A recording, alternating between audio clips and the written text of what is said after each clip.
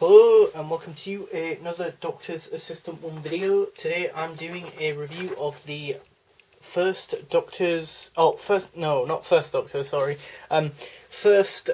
Who War Doctor box set on this channel, which is the Monstrous, written and directed by, I'm pretty sure, Nicholas Briggs, starring the one and only, the man, the myth, the legend, Sir John Hurt. Obviously, before I fully get into this review, I just wanted to pay my respects to the fact that, obviously, Sir John Hurt is no longer with us, and he was taken very, well, I feel like, like, youngish, and because of cancer, I'm pretty sure, and, yeah, fuck cancer, basically, is all I wanted to say about that. First of all, I'll be going over the, sort of cardboard sleeve sort of packaging. You've got John Hurt there, you've got Gallifreyan soldier with some shots fired and that. The Doctor Who logo in the middle, which is sort of just the 1996 TV movie one, but really silver. The War Doctor, Only the Monstrous, starring John Hurt and Jacqueline Pearce, who also is unfortunately no longer with us, who I'm not sure if she passed away of cancer either, but either way, yeah, she was like a big legend in the sort of sci-fi sort of community, because she was like really big in a TV show called Blake 7, which I'll be honest, I've not seen yet, or of this recording not seen. So yeah, you've got a sort of Dalek, really sort of cool image of like a bronzed gold Dalek, these drills, a blown up Dalek, this sort of Imperial, or like sort of Gallifreyan debris and stuff, and just this really cool epic war-like thing. You've got the Big Finish logo in the top right. Then on the spine you've just got a picture of John Hurt, the Doctor Who logo there, the War Doctor, Only the Monstrous, #1, so you know that it's the first one that they've done. Big Finish, We Love Stories, and then on the back you've got the War Doctor, Only the Monstrous, the cast, or some of the big cast names, so John Hurt, Jacqueline Pearce, and then Nick Briggs doing the Dalek voices, or, well, right-hand director, so I was right. Then the blurb, The Innocent, The Thousand Worlds, and The Heart of Battle, or The Heart of the Battle, are the names of the episodes, plus a behind-the-scenes interview disc as well, and then this is just obviously the inside to put all the CDs when you get the physical copy of this. Bit of history, I guess, for you folks. This sort of set came out back in 2015, if you can believe it, way back when. It feels like years ago already, and I think, thinking about it, 2015 sort of was the first year that I fully got into Doctor Who Big Finish audios. I may have started a little bit back in 2014, but it wasn't until 2015 that I felt like I was fully in the Doctor Who Big Finish audio sort of universe, as it were. And what else was I going to say? So I had already listened to these way back when, in 2015, but I'm kind of glad in retrospect I didn't just review the box sets, I'd listened to each of the box sets, because there's 4 War Doctor box sets, and this one, I'd listened to all of them when they originally came out, and listened to them then and there, but I'm kind of glad there's been quite a bit of dust has settled, as it were, and that between now and back then, because honestly, I think back then I would have just given all these 10 out of 10s, because, I'd not really seen a lot, or should I say, in this case, listened to a lot of Doctor Who Big Finish audios, so I'd not listened to a lot more of the monthly range that I have now, or 4th Doctor Adventure episodes, or 8th Doctor, or Companion Chronicles, or just anything, Gallifrey Time War box sets.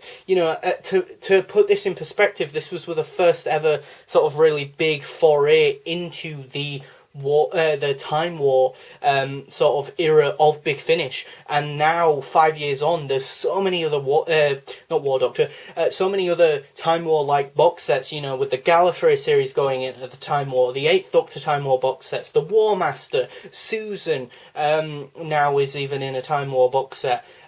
You've got pretty much every other release always seems to be a Time War release, which is, I have mixed feelings on, to say the least, and I'm conflicted about that, whether or not that's a good thing or a bad thing. And that reminds me, this release back in the day, back in 2015, if you can cast your minds that far back now, was actually quite controversial at the time, because the put Mr. John Hurt there.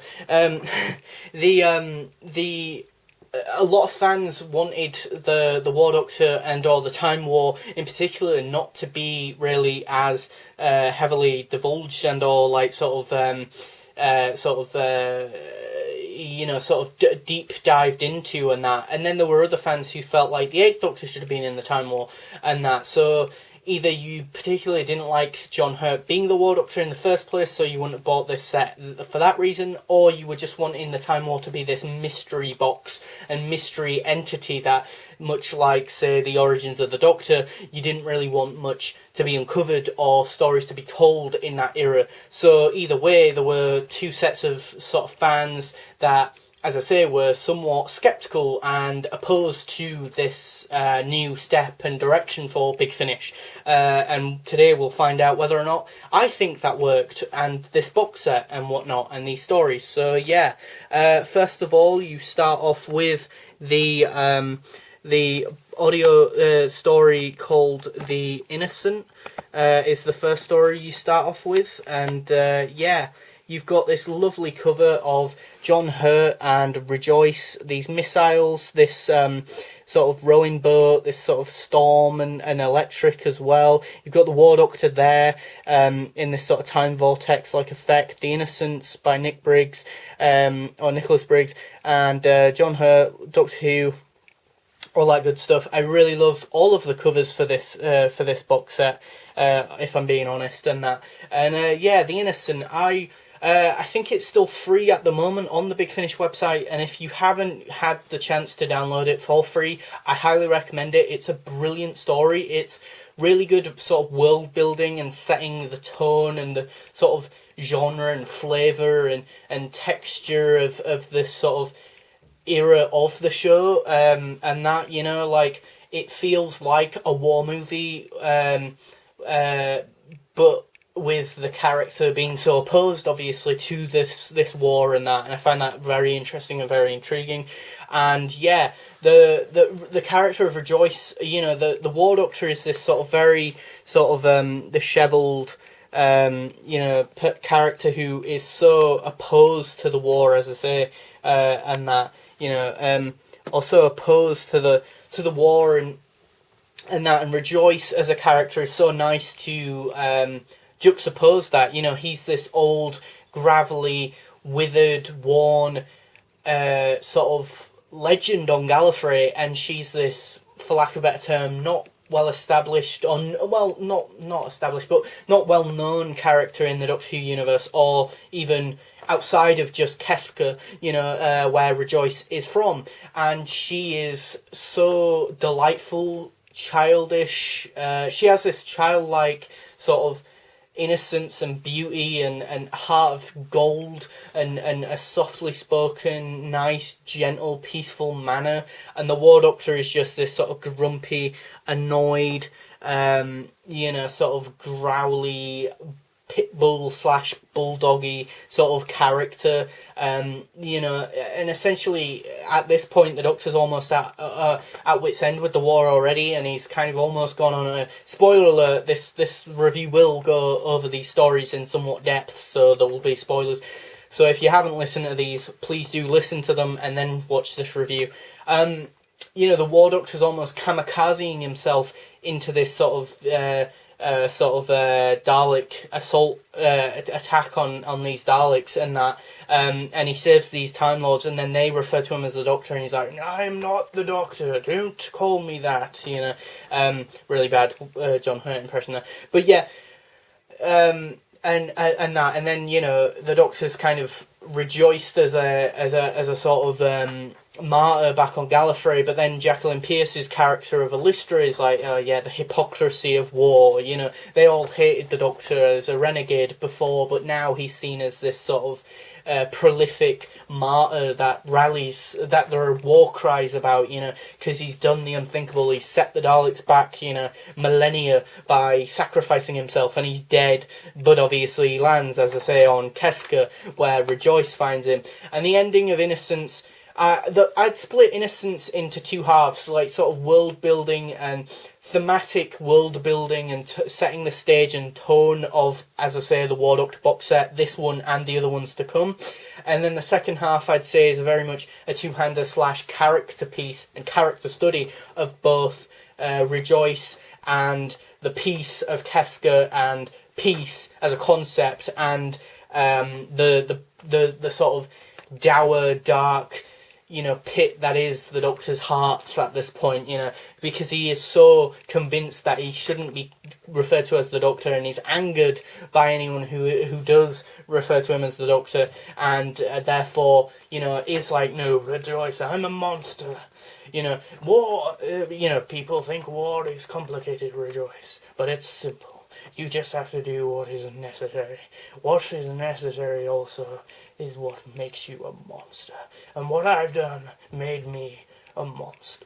I'm a monster, Rejoice. Rejoice, I'm a monster. You know, and then he, like, whacks, presumably almost, you know, hurts her with the rowing, like, things and that, for the rowing boat and that. And also there's a nice reference to Genesis, you know, harkening back to the idea that Genesis very much is the beginning of the Time War, and he had that opportunity to stop them in their tracks, but he didn't.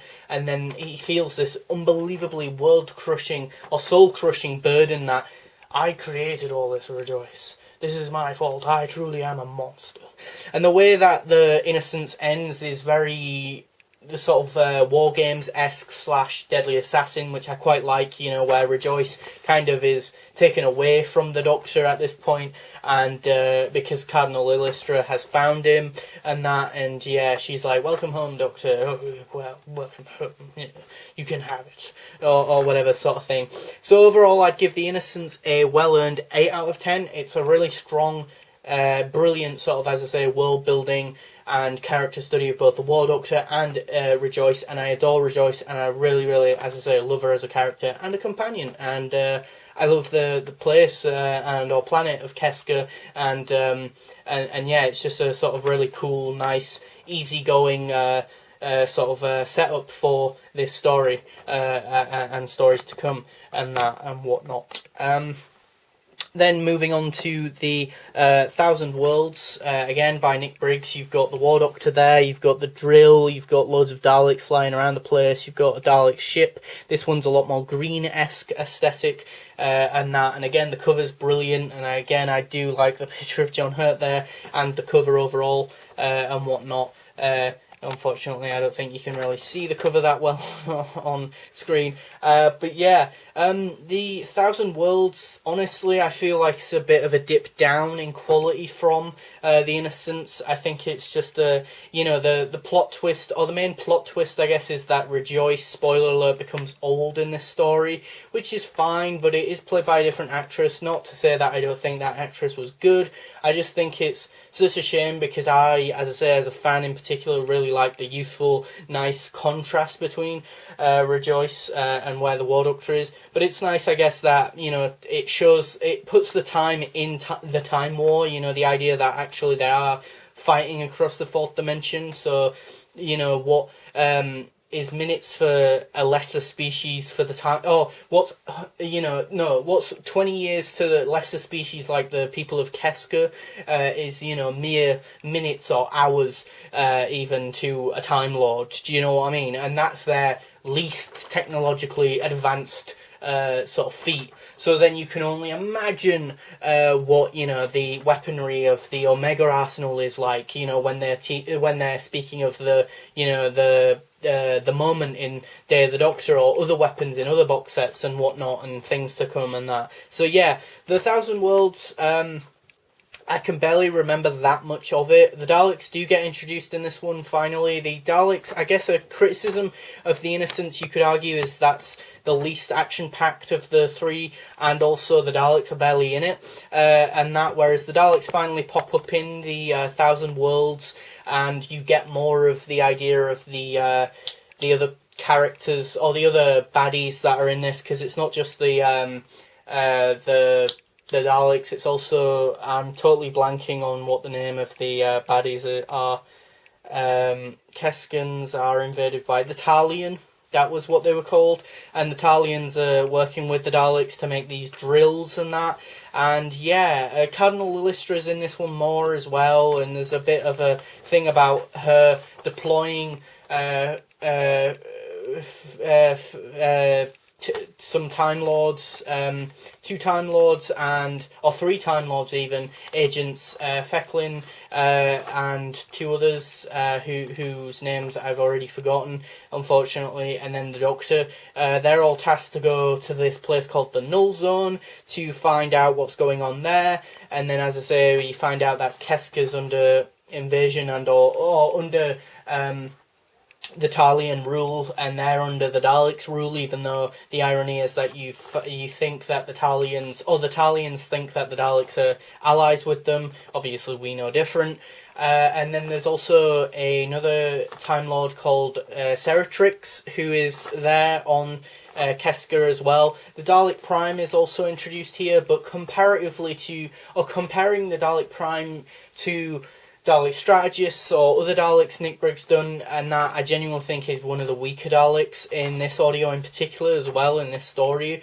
I felt like the Dalek Prime, I felt like Nick Briggs was not so much phoning it in. I wouldn't say that. Give credit where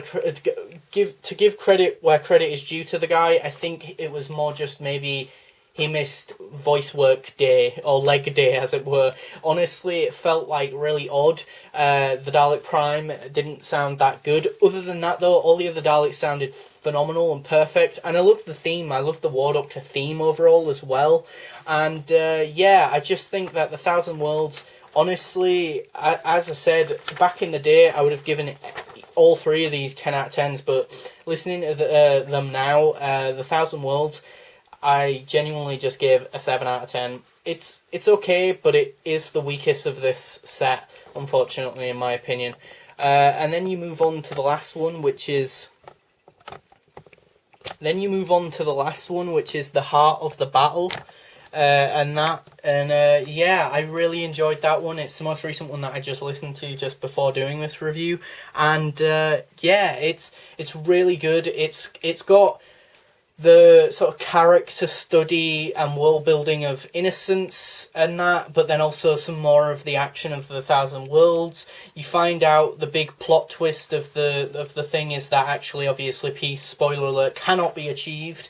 Unfortunately, Ceratrix was naive, and the War Doctor was correct that, you know, you can't reason with the Daleks, unfortunately. You can't reason with them, and Cardinal Lylistra basically sent, spoiler alert, but again, all of the people, Fecklin, the War Doctor, or John Smith, as he refers to himself in this audio series as, or these 3 stories as, and then the other 2 Gallifreyan people, and that sent them all to just basically die, because she was under the assumption that they were all going to start believing in peace. Well, other than Fecklin was still not going to, but every other character there, Ceratrix and the other 2 Time Lords and the War Doctor, she thought were all thinking, oh, let's all be peaceful and that. And the big cliffhanger of the Thousand Worlds is, the Daleks saying, like, peace in our time, which, back in the day would have been like, oh my god, but I think I'm wiser now, so, you know, that cliffhanger wasn't as good and that to me now. But I really like the ending to this story as well, because it kind of feels like the end of a chapter, but it still feels like there's more story, and there definitely is, because there is a 2nd, 3rd and 4th War Doctor box set, and I will review them if and when I can be bothered on the channel. But I love Cardinal Lylistra as well, her assertiveness and her manipulativeness. She really is a Time Lord at heart, in her heart, and that, so you never know where you stand with her, and I think that's why the War Doctor actually absolutely despises her as a person, you know, because she's all like, oh, it's brilliant you're on our side, Doctor, and he's like, oh, is it really? Cardinal Illustra, is it really great that I'm on your side? You know, or the ending of this, the sort of end sort of sort of end the end bit or exchange between Cardinal Illustra and the War Doctor is really good as well. Like the bit where she's like, "So, Doctor, where will you be if I need you? Or where can I find you if I need you?" And the Doctor's response is, you know, or the War Doctor's response is, you know, "I will be in the heart of battle, where the blood of the innocent flows, and only the truly monstrous will survive." And then the theme plays, and it's like, oh, that's so cool, you know, they've tied it in with the title, you know, only the monstrous, and they have like a Genesis of the Daleks / Bad Wolf Party of the Ways sort of moment where he's like, you know, do I have the right to press this button, and that I don't think it's anywhere near as good as Genesis or even Bad Wolf Party of the Ways, but I can kind of see where Nick Briggs was going with that. I feel like he sort of had in mind those two episodes and was like, we kind of need our own War Doctor equivalent, because they are so two key, very big, monumentous sort of, you know, coward or killer Doctor, and he's like, you know, I'll do it, and then he's like, oh, no, I'm a coward any day, you know, and likewise with the Fourth Doctor, you know, do I have the right to, you know, kill the Daleks and all the species that, you know, made alliances with them for fear of them will go away and they'll fight each other and that, you know, but then he will stop, you know, thousands being killed and that. And yeah, what a shit universe that they're in, as the War Doctor points out, you know, where peace is actually the enemy of war, really, and I think at the end of the day that's the big lesson that the War Doctor unfortunately is trying to come to terms with, I think, by the end of this box set, and that. I think another thing is that with the Thousand Worlds, I would have been like, oh my god, you know, the big plot twist there of like Rejoice being older would have shocked me a lot more when I was younger. But for whatever reason, listening on a second re-listen, it didn't really faze me as much. If anything, it kind of annoyed me a bit more, because as I say, I really enjoyed Rejoice at a younger age a lot more. And then there was another plot twist with the Heart of Battle, or the Heart of the Battle even, which was that, spoiler alert, 1, 2, 3, Rejoice gets killed off, and that. And yeah, I don't feel like there's as much, like, don't get me wrong, the hairs on my arms were standing up, I feel like, at that moment, and it was very impactful and very like, oh my god, really, that's so tragic and so damaging, and my heart broke somewhat, you know. And there was a lot of other deaths as well, so, you know, the Time War, they're not skirting around the war aspect and the brutality of war and death and that. You know, there are Daleks killing off Time Lords and or characters here, there and everywhere, and yeah, and the Thousand Worlds were used to as like a big bowling balls across the universe to like slam into Gallifrey and explode Gallifrey and destroy Gallifrey. The Dalek Prime as well was a lot better voiced in this one, I've just remembered, which is weird because again, I didn't, as I say, in the Thousand Worlds I didn't like the Dalek Prime, but in this one sounded way better. And then he gets kind of just like shut off, which again did kind of throw me off and kind of a bit get under my skin a bit in retrospect. But yeah,